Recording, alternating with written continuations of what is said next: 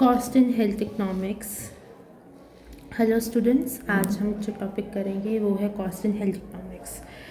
अगर मैं बात करूँ ओके व्हाट इज़ इट, चलो बात करते हैं इसकी। Economic evaluation can be defined in many perspective to determine the cost in health care. Economics में ना जब आप हेल्थ केयर की बात करते हो तो आप बहुत सारी फैक्टर्स लेते हो, बहुत सारी चीज़ें लेते हो ये डिफ़ाइन करने के लिए कॉस्ट क्या है।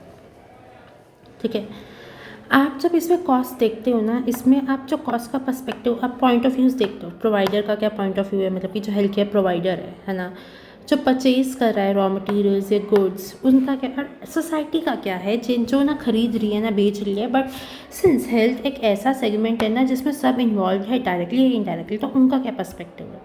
तो कॉस्ट को हम 3 नज़रिए से देखते हैं, 3 उसमें क्लासीफाई करते हैं। ठीक है, for example evaluation from the perspective of a provider might include staff cost, stay cost, drug cost, diagnostic cost and other cost.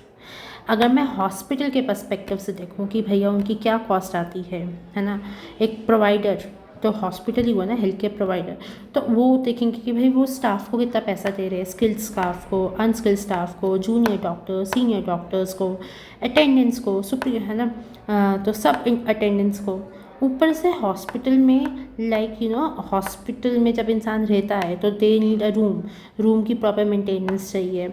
Hospital एक ऐसी चीज़ है जहाँ पे इन्फेक्शन होने का बहुत ज़्यादा डर रहता है, तो हमें भर भर क्लीनिंग करनी है, लॉन्ड्री करवानी है for the bedsheets and all, proper nutritious healthy and hygienic meals चाहिए, वो कराने हैं। ठीक है, और ऑब्वियसली बात है वो हॉस्पिटल ही क्या, राइट, वो हॉस्पिटल ही क्या जहाँ पे ड्रग्स ना हो, दवाइयाँ, इंजेक्शंस, डायरेक्ट मेडिसिन्स। ठीक है, देन वहाँ पे रिसर्च लैब्स होती हैं, आपके डायग्नोस्टिक सेंटर्स हैं, इन सब की कॉस्ट भी तो लगती है ना। ठीक है, एंड ऑल्सो प्रिस्क्रिप्शंस बनाते हैं ये सब, तो प्रिस्क्रिप्शन कॉस्ट। ठीक है, हर किसी की रिकॉर्ड मेंटेन करना है, एक इनको ऐप चाहिए जिसमें वो सारे रिकॉर्ड्स मेंटेन कर सके, तो ये सब, तो आपको ये सब again evaluation from the perspective of society includes costs associated with cost to the patient of time of work। ये कह रहा है कि आप जब आप सोसाइटी के पॉइंट ऑफ व्यू से देख रहे हो तो इसमें सारी चीज़ें, एक इंसान भी, हम कहते हैं ना कि दवाइयों में इतना खर्चा लग गया, उसमें लग गया, आप जब देखभाल करते हो उसमें खर्चा लग जाता है देखभाल करते हुए। ठीक है, तो ये सारी चीज़ें डिपेंड करती है। ठीक है, इसमें हम ये कहते हैं ना कि आप जिस टाइम पे हेल्थ जॉब नहीं कर रहे थे, काम नहीं कर रहे थे, उस टाइम पे खर्चा लग गया, तो ये सारी चीज़ें मैटर करती हैं। Cost and revenue 2 major factors होते हैं जिसको हम कंटिन्यूसली कंट्रोल करते हैं, कंटिन्यूसली कंसिडर करते हैं, जहाँ पे हम कंटिन्यूसली देखते हैं कि कैसे हम इससे अपने रिस्क को मिनिमाइज़ कर सकें और प्रॉफिट को मैक्सिमाइज़ कर सकें, कम से कम पैसा लगा के ज़्यादा से ज़्यादा फ़ायदा कैसे हो सकता है। ठीक है, अगर हम इन सब बातों के बारे में सोचते हैं उसे हम प्रॉफिट मैक्सिमाइजेशन कहते हैं। अगर मुझे अपने प्रॉफिट को मैक्सिमाइज़ करना है तो मुझे अपनी रेवेन्यू, अपनी सेल्स क्या बढ़ानी होगी, अपनी इनकम बढ़ानी होगी। इनकम कैसे बढ़ेगी, जब कॉस्ट कम से कम लगे। ये तो ऑब्वियस ही बात है, एक ऑप्टिमम प्रोडक्शन या ऑप्टिमम प्रॉफिट या ऑप्टिमम स्टेज क्या होती है, जहाँ पे कम से कम पैसा लग रहा है, कम से कम कॉस्ट लग रही है और ज़्यादा से ज़्यादा रेवेन्यू, ज़्यादा से ज़्यादा इनकम मिल रही है। ठीक है, while the market factors determine the level of revenue to a great extent, the cost can be brought down by producing the optimum level of output using the least cost combination of input। ठीक है, तो इसमें वो क्या चीज़ है, market factor क्या determine करता है आपका लेवल ऑफ रेवेन्यू क्या होगा। ठीक है, उसमें हम क्या देखते हैं कि कॉस्ट को कैसे, कहाँ पे अपनी कॉस्ट काट सकते हैं, कॉस्ट कट डाउन कर सकते हैं कि हम ऑप्टिमम आउटपुट पे पहुंच सकें, जहाँ पे इनपुट और आउटपुट का ऐसा कॉम्बिनेशन हो कि हम अच्छे से काम कर सकें। ठीक है, तो प्राइस जो है ना वो डिटरमाइन करता है डिमांड और सप्लाई, हमें पता ही है, कम प्राइस ज़्यादा डिमांड, ज़्यादा प्राइस ज़्यादा सप्लाई। ठीक है। अब हमें इन सब फैक्टर्स पे क्या लाना है, बैलेंस लाना है कि कैसे हम इस फैक्टर पे पहुँचे कि सब चीज़ बैलेंस हो सके, ठीक है। तो बेसिक फैक्टर क्या है, ability and willingness of firm. आप कैसे ये सब सप्लाई कर सकते हो, क्या कैसे आप विलिंग हो ये सब करने के। Meaning of cost, when an entrepreneur undertakes production of a commodity or service, he has to pay price for the factors when he employs for production, ठीक है। जब एक एंटरप्रेन्योर, एक रिस्क टेकर प्रोडक्शन फंक्शन करता है, ठीक है, तो क्या देखता है कि उसे कितना प्राइस पे करना है, कौन कौन से फैक्टर्स एम्प्लॉय करने हैं, कहाँ कैसे कम से कम उसमें उसको ज़्यादा से ज़्यादा फ़ायदा होगा।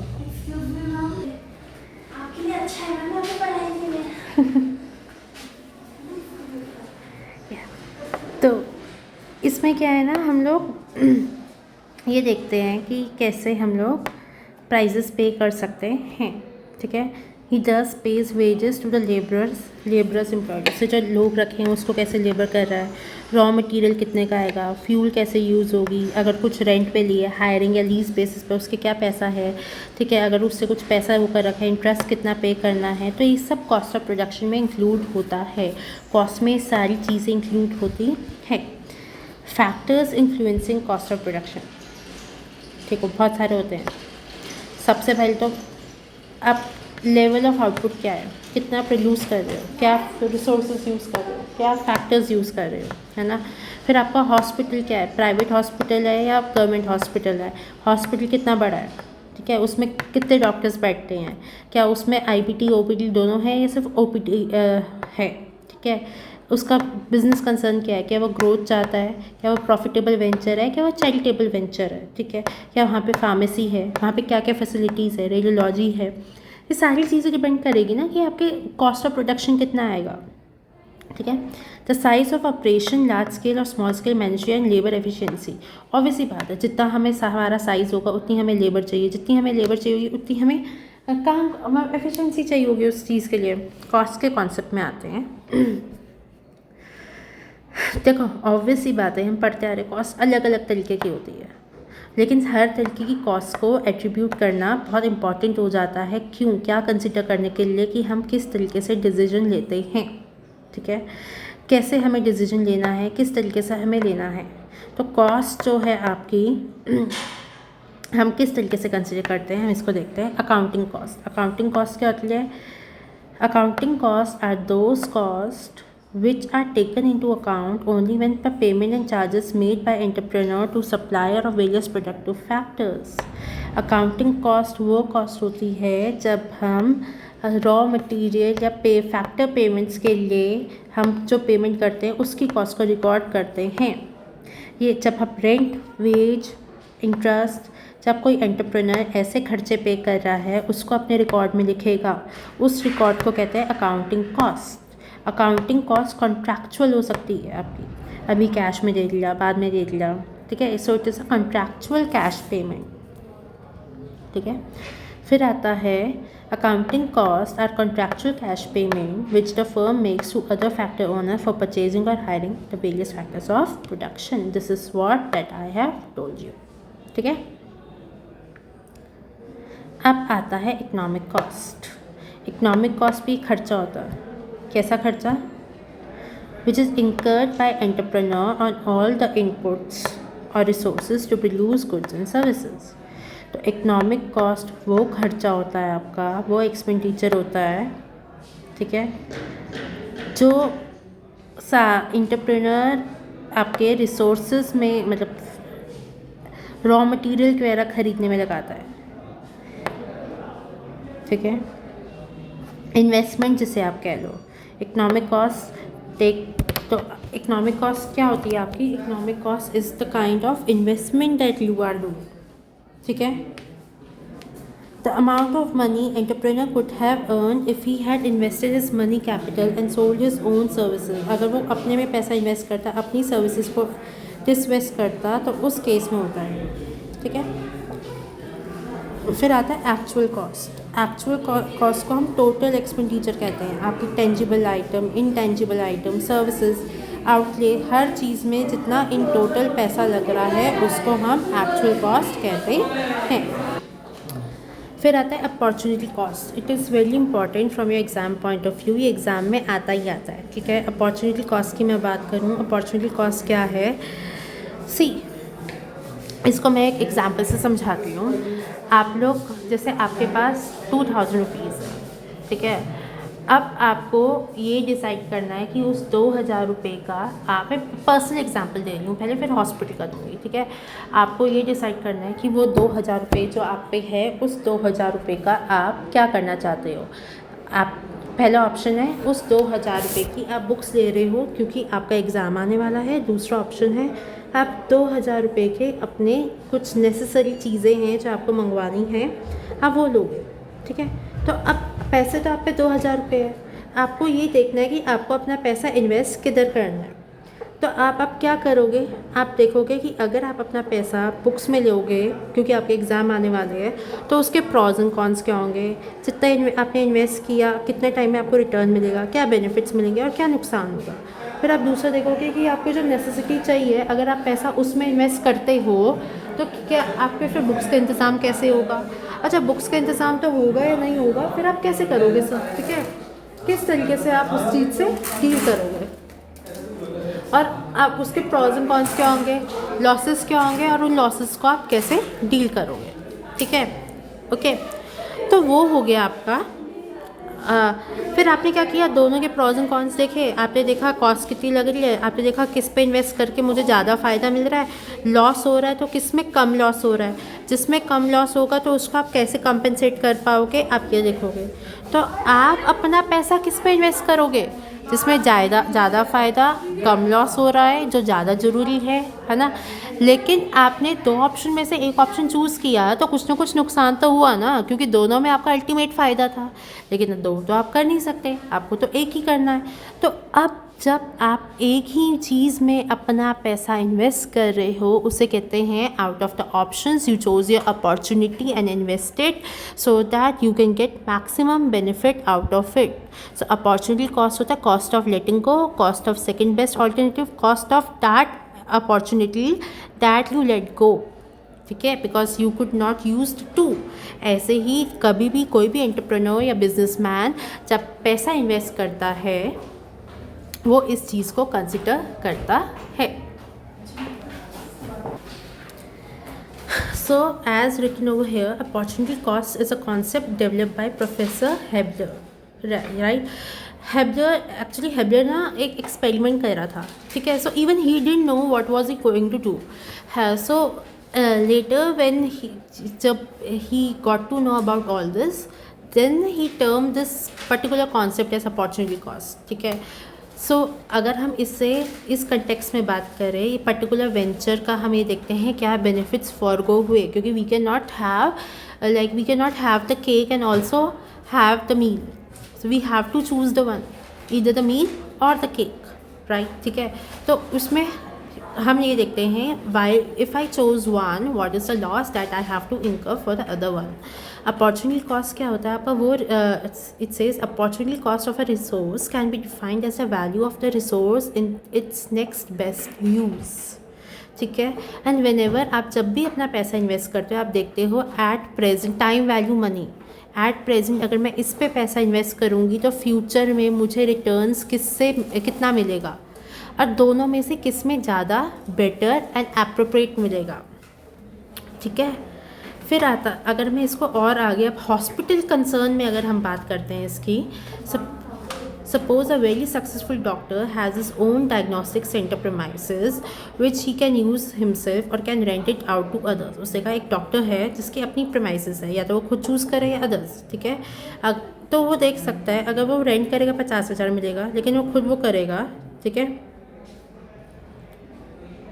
50,000, तो उसका कॉस्ट ऑफ प्रोडक्शन 50,000 होगा, तो वो क्या करेगा, ठीक है। तो ये डिसाइड करना इस opportunity cost.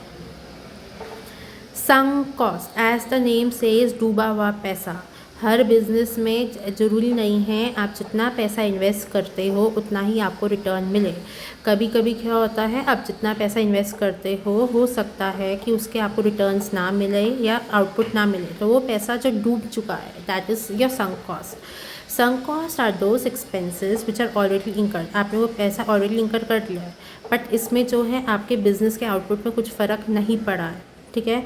Usually this cost is ignored. ये फर्म जो है डूबे हुए पैसे को इग्नोर करती है जब पॉलिसीज़ कर इवैल्यूएट करती है, ठीक है। This cost are regarded as actual cost और हिस्टोरिकल कॉस्ट, ये पास एक्सपीरियंसेस के ऊपर भी बेस्ड होती है। फिर आता है इंक्रीमेंटल कॉस्ट। इंक्रीमेंटल कॉस्ट को हम एडिशनल कॉस्ट कहते हैं। एडिशनल आउटपुट के मतलब प्रोड्यूसिंग कॉस्ट ऑफ प्रोड्यूसिंग का एडिशनल आउटपुट भी कहते हैं, जहाँ पे आप ये देखते हो कि एक फर्म पर्टिकुलर पैसा लगाने में कितना गेन होगा और कितना उसका लॉस होगा, ठीक है। This is incurred when the firm wants to take up innovation in product line और प्रोडक्ट मिक्स। इसमें हम देखते हैं कि जब जैसे फॉर एग्जांपल रिलायंस है ना, उसकी बहुत सारी लाइंस है प्रोडक्ट की, बहुत सारी चीज़ें हैं स्टेशनरी में भी, तो वो किस तरीके से काम करेगा इस जब उसकी कॉस्ट को हम वो करते हैं इंक्रीमेंट कॉस्ट। एक्सप्लिसिट कॉस्ट होता है कॉस्ट जब आप हायर करते हो, वो कॉस्ट जो अंदर से इंकर नहीं हो रही है, जब बाहर से आप हायर कर रहे हो labour, machinery, man power, talent और बाहर वाले लोगों को अपना काम कराने के लिए जो आप पैसे देते हो उसको आप एक्सप्लिसिट कॉस्ट कहते हो। जैसे कि the producer may not always own the factor of production, sometimes he has to hire labour, machine, building etcetera. When he pays reward to different factors of production which do not belong to the producer, they become explicit costs. They are actual payments made by the employer to obtain raw material, interest borrowed on fund, rent for land or building, in other words ये expenses है जो हम बाहर से लेते हैं। Implicit cost क्या होते हैं, मेरी ऑर्गेनाइजेशन मैंने मशीन ले ली, मेरे पे रॉ मटेरियल पड़ा, उसी से मैं कुछ बना रही हूँ, तो वो कॉस्ट जो ऑलरेडी रिसोर्सेज मेरे पास अवेलेबल है मैं उसी को यूज़ करके कुछ ना कुछ जनरेट कर रही हूँ, ठीक है। These factors are owned by employer himself who is not responsible to pay anyone else, ठीक है। He uses same for storage purpose. If the same is rented out to some other producer, what it would have been earned is taken as implicit cost of the producer. मतलब अगर for example वो खुद use कर रहा है, खुद नहीं तो किसी और से करा रहा है वो। फिक्स कॉस्ट क्या होती है ना, जो फैक्टर ऑफ प्रोडक्शन से फ़र्क नहीं पड़ता। जैसे रेंट है, अब मैं उस एक फैक्ट्री ले रखी है, रेंट में 50,000 रुपये महीना मेरा रेंट जाता है। अब उससे मुझे फ़र्क नहीं पड़ता कि मैं उसमें 1 लाख का काम करूँ या 2 करोड़ का काम करूँ, लेवल ऑफ आउटपुट से फ़र्क नहीं पड़ता। It says fixed cost is the cost which remains same in short period. ये short period और क्योंकि long period में every cost is variable, short तो होती नहीं है। It refers to that cost which does not change through there is change in output. Output के साथ ये कॉस्ट चेंज नहीं होती है। It will be at same level even though the output is increase और डिक्रीज। आउटपुट बढ़े या कम हो उससे फ़र्क नहीं पड़ता, इट विल बी सेम। तो ये जो है आपके फिक्स फैक्टर्स ऑफ, ये जो है these expenses are incurred by the firm on fix factors of production, ठीक है। ये चेंज नहीं होती हमारी, ठीक है। जैसे रेंट जैसे बोला था, वेरिएबल कॉस्ट वो कॉस्ट होती है आपकी जो with time, with factor of production, with output change होती है। जैसे रॉ मटेरियल है ना, अगर मैं 10 लोगों के लिए केक बना रही हूँ कम मैदा लगेगा, 100 के लिए बना रही हूँ तो ज़्यादा मैदा लगेगा। तो आपका रॉ मटेरियल डिपेंड करता है आपका आउटपुट कितना है, उसके अकॉर्डिंग इंक्रीज या डिक्रीज होता रहता है। Variable cost is the cost which varies along with the change in output. This means if the output is increased, this cost also increases and vice versa. ठीक है। These factors of production can be increased or decreased according to the quantity of output.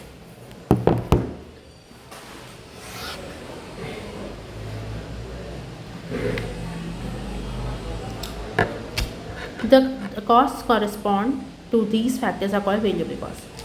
अब marshals ने क्या बोला है, variable cost prime cost होती है। It includes money cost, किसकी, रॉ मटेरियल की, वेजेस की, लेबर की, इन सब की, वेयर एंड टेयर की, ये सब। कॉस्ट आउटपुट रिलेशन, इसमें हम क्या डिस्कस करते हैं, शॉर्ट रन कॉस्ट कितनी है, क्या कंसिडरेशन में लेना है, वो सब। टोटल कॉस्ट क्या होता है, sum total of fix cost and variable cost, ठीक है। टोटल कॉस्ट होती है आपकी sum total of fix cost, variable cost. लेकिन टोटल फिक्स कॉस्ट क्या होती है, टोटल फिक्स कॉस्ट मतलब में सारी चीज़ें आती है, सारी चीज़ें डिडक्ट करने के बाद वो सब। Total for fix cost is a part of total cost of production which is spend on fix factors, है ना। जो आप फिक्स फैक्टर्स में दे रहे हो, मशीन, वेजेस, इन सब में जो आप पैसा दे रहे हो, जो एक्सपेंसेस इनकर हो रहा है आपका, इसे रीड कर लो।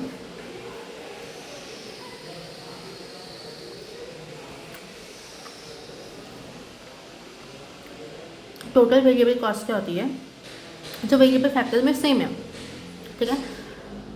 यूनिट ऑफ प्रोडक्शन चेंज हुआ, ये कॉस्ट भी चेंज होती है।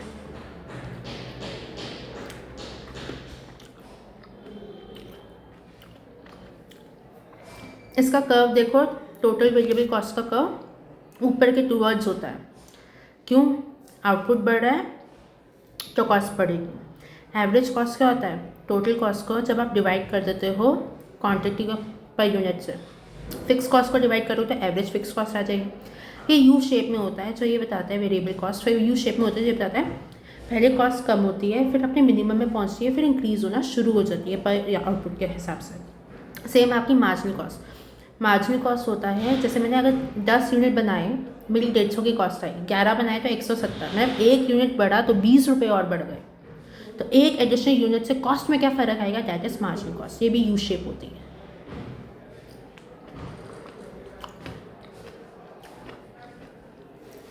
यू शेप का मतलब गिरेगी, मिनिमम पहुंचेगी, फिर इंक्रीज होगी। लॉन्ग रन में भी यू शेप ही होती है आपकी, ठीक है।